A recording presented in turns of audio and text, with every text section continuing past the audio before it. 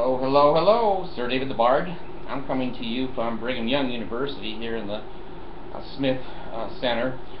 When I came here, I graduated in 1972 from Brigham Young.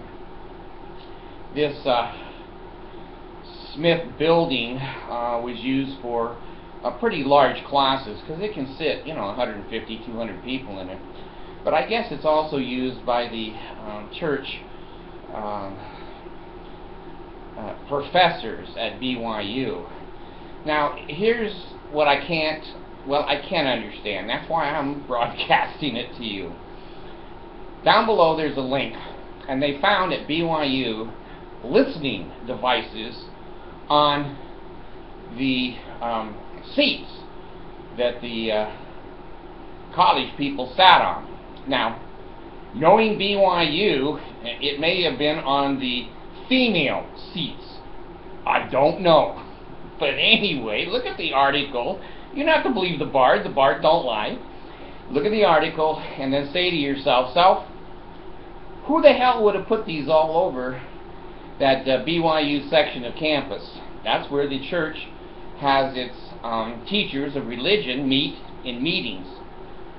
Now, being a student at BYU, I don't think I would have put listening microphones in my biology class so I could hear the next biology class and the next one. And I don't know, maybe there's some students that like that, but one biology class a day was enough for me.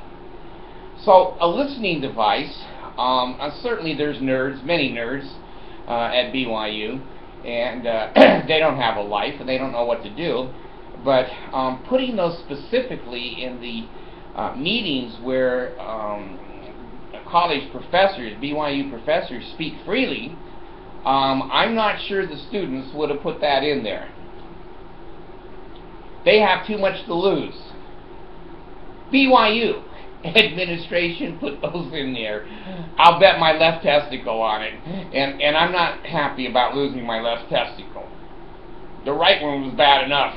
Anyway, the listening devices were Velcroed under the seats. Now, I don't know if they were on the seats because, if you'd had a burrito or so, that's an expensive piece of equipment to blow out of the universe and into the outer darkness. But anyway, they discovered them. Now, here's what's interesting. I had a friend, Larry Young. I think Larry's still alive out in California. And he worked for BYU Security when he was a police officer at BYU and a student. Then he went on to California to harass real people, and he was a real policeman. Well, anyway, now they have the BYU security force investigating this terrorist crime, like they're really experienced at this. The most experience a BYU security office ever gets is trying to break up a panty raid, and before you know it, he's in it too. So now, there's a report already. Some of the data has been lost. Jesus. The Mormons are 200 years behind modern society.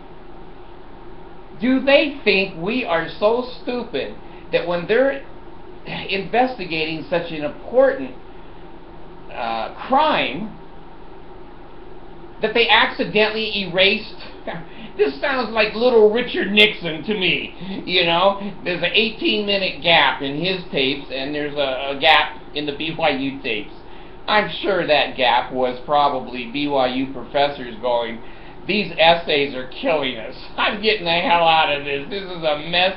It's been a mess, and those essays prove it's a mess. So the church and the committee to strengthen the members, the FBI agents and retired CIA agents that work for the Mormon Church, they have access to all these bugs and cameras and trying to catch legitimate people asking legitimate questions. Well, if you're a Mormon and you do that, you might as well bend over and kiss your ass goodbye, because the church is going to excommunicate you. So anyway, I find it fascinating what could be on those tapes. I pretty much know what's on those tapes. A lot of those professors that teach there, they know it's a hoax. They know. I've seen them resign. I've seen them get excommunicated. I saw one of them wouldn't go to a sacrament meeting And he would go down to the soup kitchen on Sunday and feed the hungry. They excommunicated him. Power. Money. Money. It's a cult. And in a cult, you can't have loose cannons. You've got to throw the loose cannons over the side. So anyway,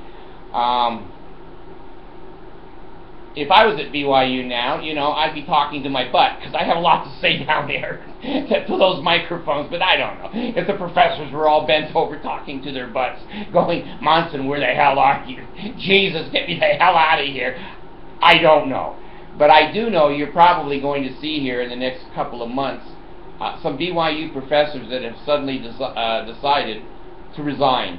They're fired because they were on those tapes.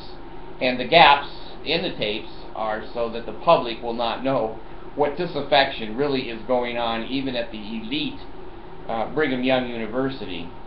So, this is not uncommon.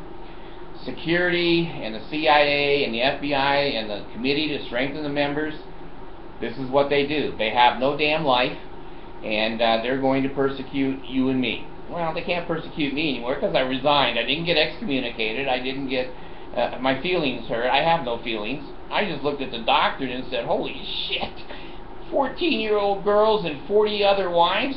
I don't think this is a man's church that I want my name on, so I resigned. So anyway, take a look at the link down below. If you have something to say to the Mormon church, all you got to do is go to the Smith building there and just bend over and talk to your ass. Monson will hear you. So this is the Bard. I still have health in the navel, marrow in the bones, strength in the loins and sinews, power and priesthood be upon me and upon my posterity through all generations of time and throughout eternity. Take a look at the Bard store. Mark has got all kinds of stuff in there now that's really funny. And my Bard hat should be here any day. And if the hat is good, and it's high quality and everything, I'll buy a shirt, a few other things, maybe the underwear, and display it. I don't know. But anyway, here's the pay, the lay, and the ale out to you. It's, oh God, hear the words of my mouth. And the words of my mouth is, holy shit, this church is imploding. I need to get out of here, and I want my tithing money back. This bar's gone.